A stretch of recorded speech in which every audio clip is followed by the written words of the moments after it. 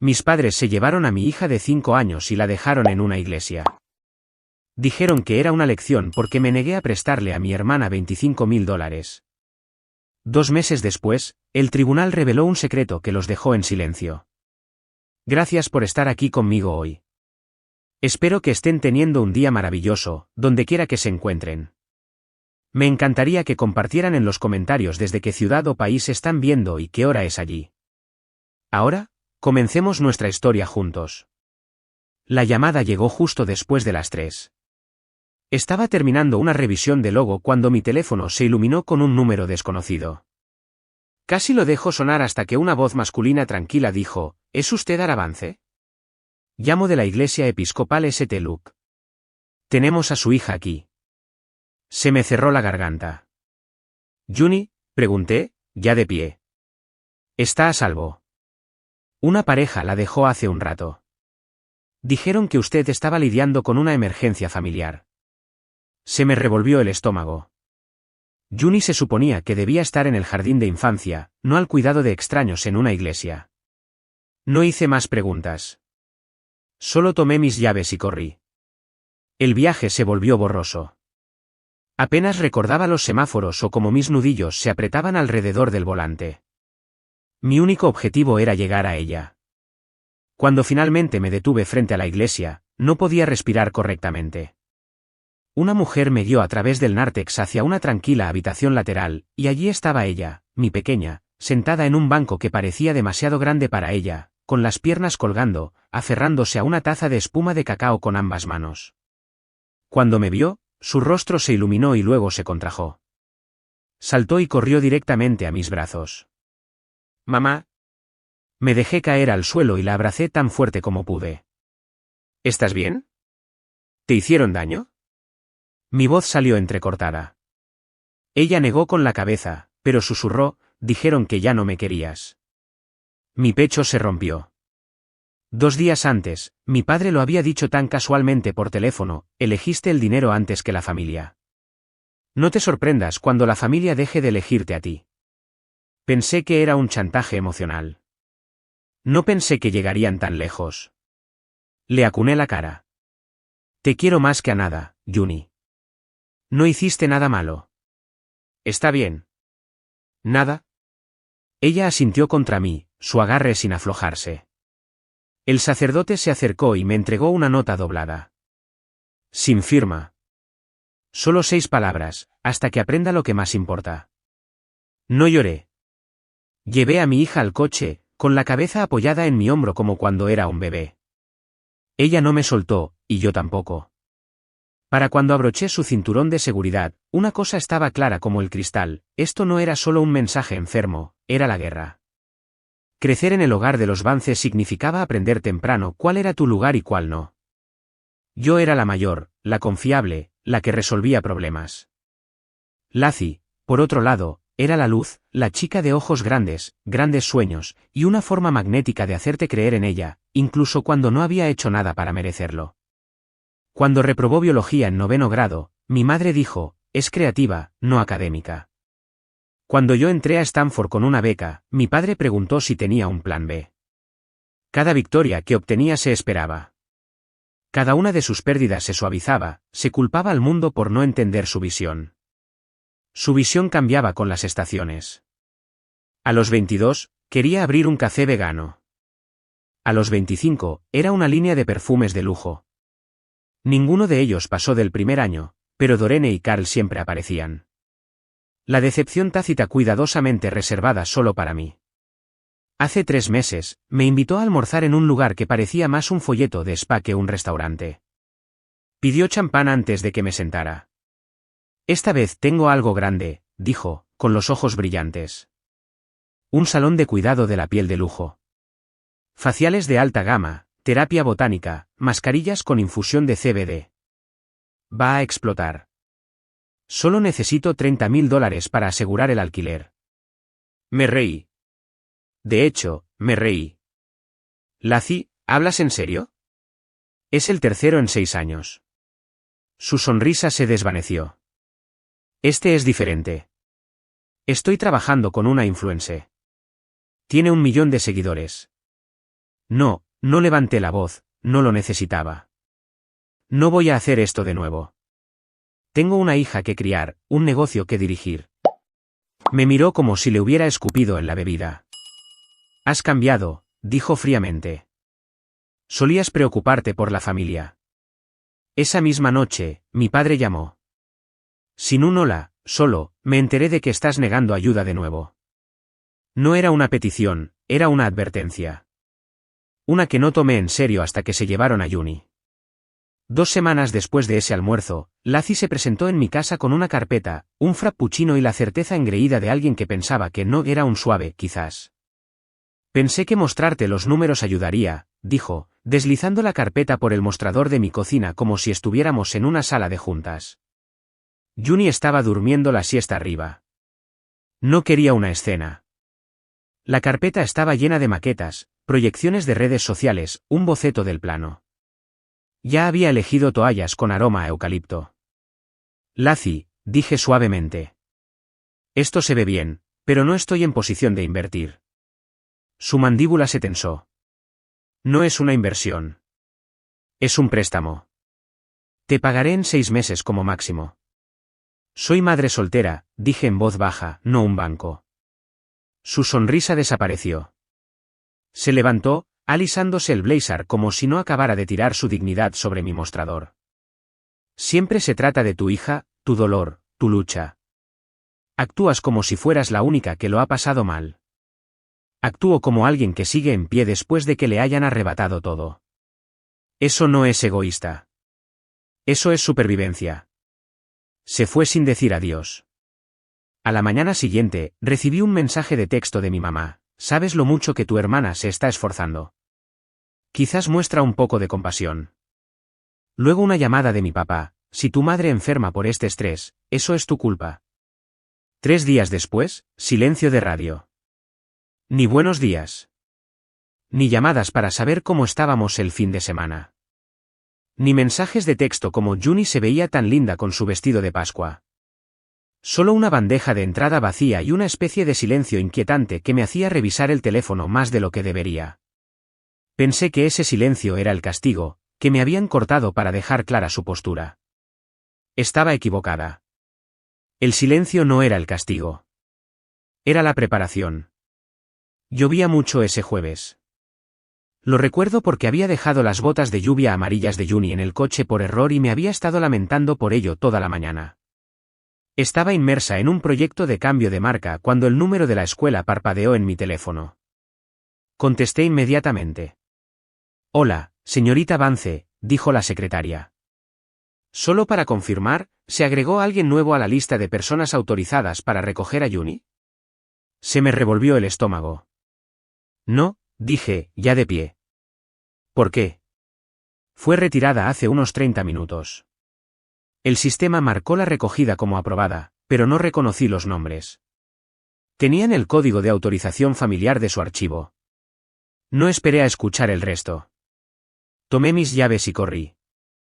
El viaje a la escuela fue un borrón de bocinas y pensamientos salvajes y dispersos. En la oficina principal, la secretaria explicó que una pareja mayor, mis padres, obviamente, habían afirmado que había una emergencia familiar. Ella los había reconocido de recogidas anteriores y no lo cuestionó. Llamé a sus teléfonos. Directo al buzón de voz. Intenté con el teléfono fijo. Nada. También a Lacey. Nadie contestó. La casa estaba vacía. Los vecinos no los habían visto. A las 5, estaba llamando a hospitales. A las 6, estaba paseando con el teléfono en la mano, tratando de no tirarlo. Y entonces llegó la llamada. Una voz tranquila y constante, ¿es Hilar Vance? Soy el padre Rory de la Iglesia Episcopal St. Luke. Creo que su hija está aquí con nosotros. 15 minutos después, irrumpí por las puertas de la iglesia, empapada y sin aliento.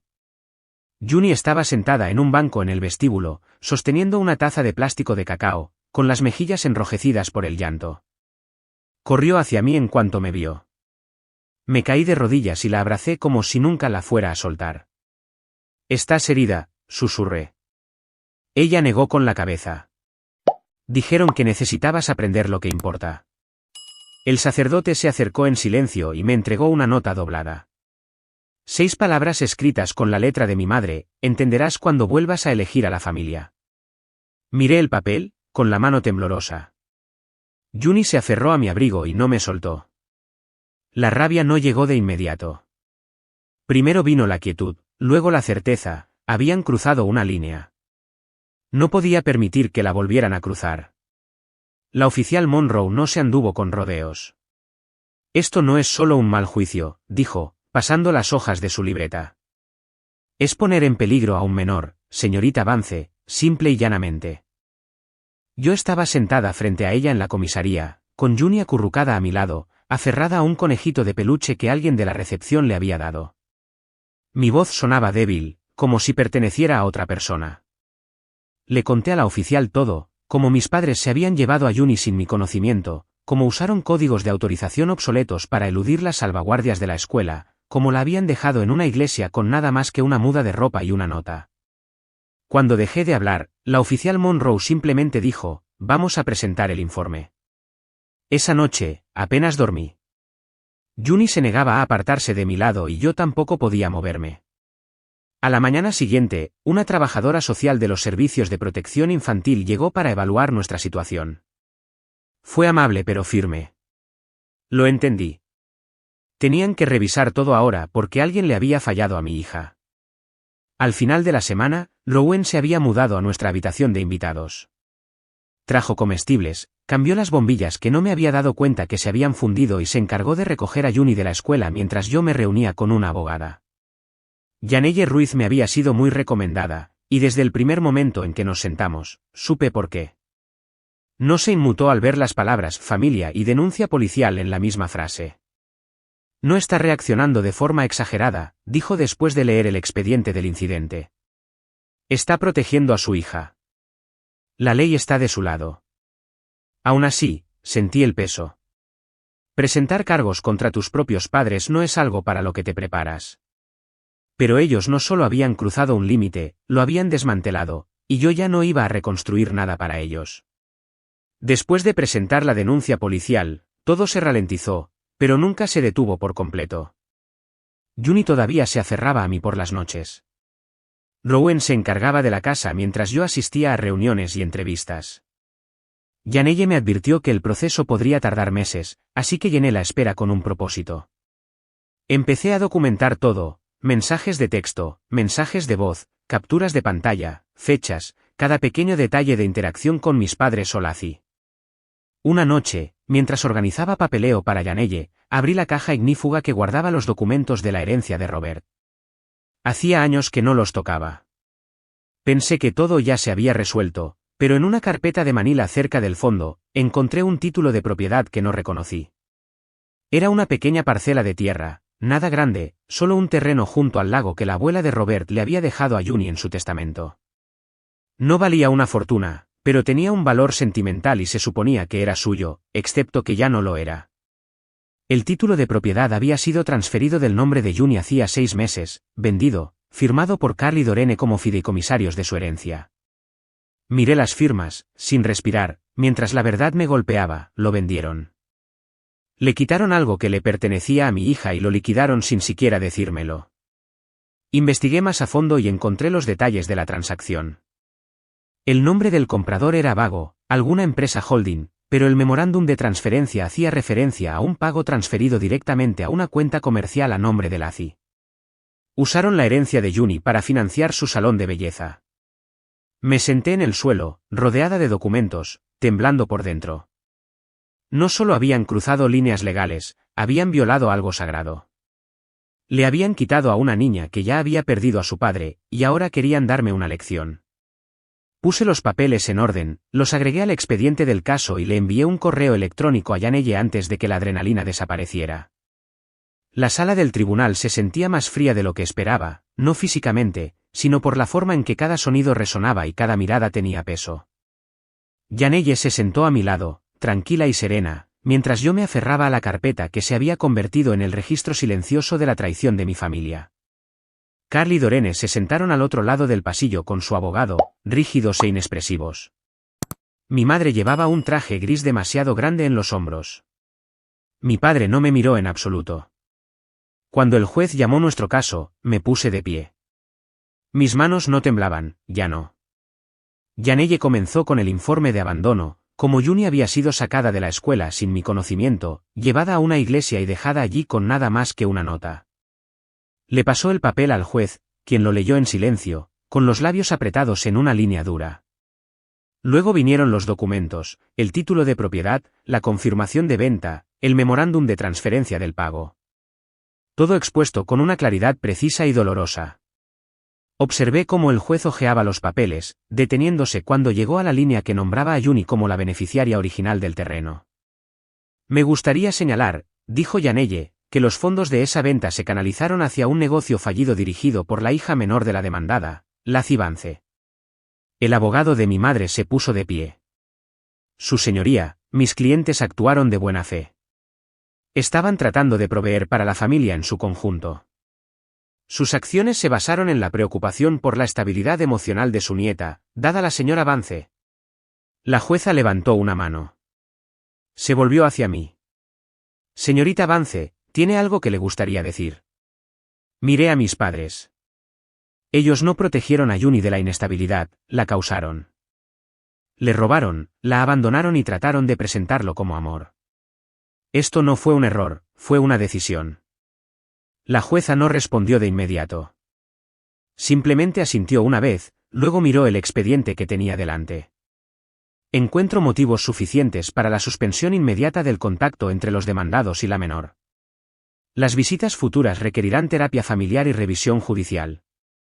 Nadie se movió. El silencio que siguió no fue tenso, fue vacío. La orden llegó 2 días después de la audiencia, protección total de la custodia, sin contacto de Carlo Dorene a menos que fuera aprobado por el tribunal y precedido por terapia obligatoria. El papel se sintió más ligero de lo que debería. No desharía lo que hicieron, pero me dio espacio para respirar. Yanelle lo llamó una victoria limpia. Yo lo llamé supervivencia. Laci nunca apareció. No había devuelto un solo mensaje de nadie desde el aviso de la audiencia. Rowen dijo que escuchó de alguien en su oficina que la vieron abordando un autobús hacia el este con 2 bolsas de lona de gran tamaño y un nuevo color de cabello. No me importaba a dónde fuera. Solo esperaba que no dejara un rastro de personas rotas detrás de ella otra vez. Juni volvió a dormir toda la noche. Las pesadillas ocurrían con menos frecuencia, y cuando aparecían, ya no gritaba.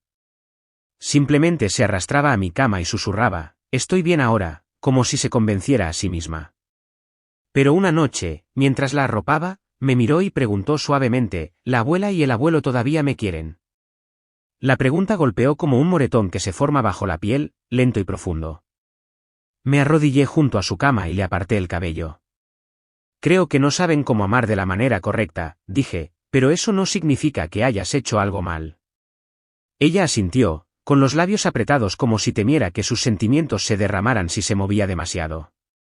Yo te amo de la manera correcta, añadí, sosteniendo su mano, la que te mantiene a salvo. Eso pareció tranquilizarla, porque se dio la vuelta y abrazó fuertemente su conejito de peluche, respirando lenta y uniformemente.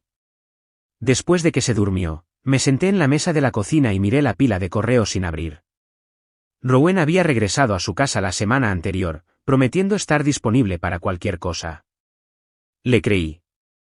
La casa estaba tranquila, pero ya no estaba vacía. Podía sentir algo regresando, algo estable, algo honesto. Pero el pasado aún no había terminado con nosotros.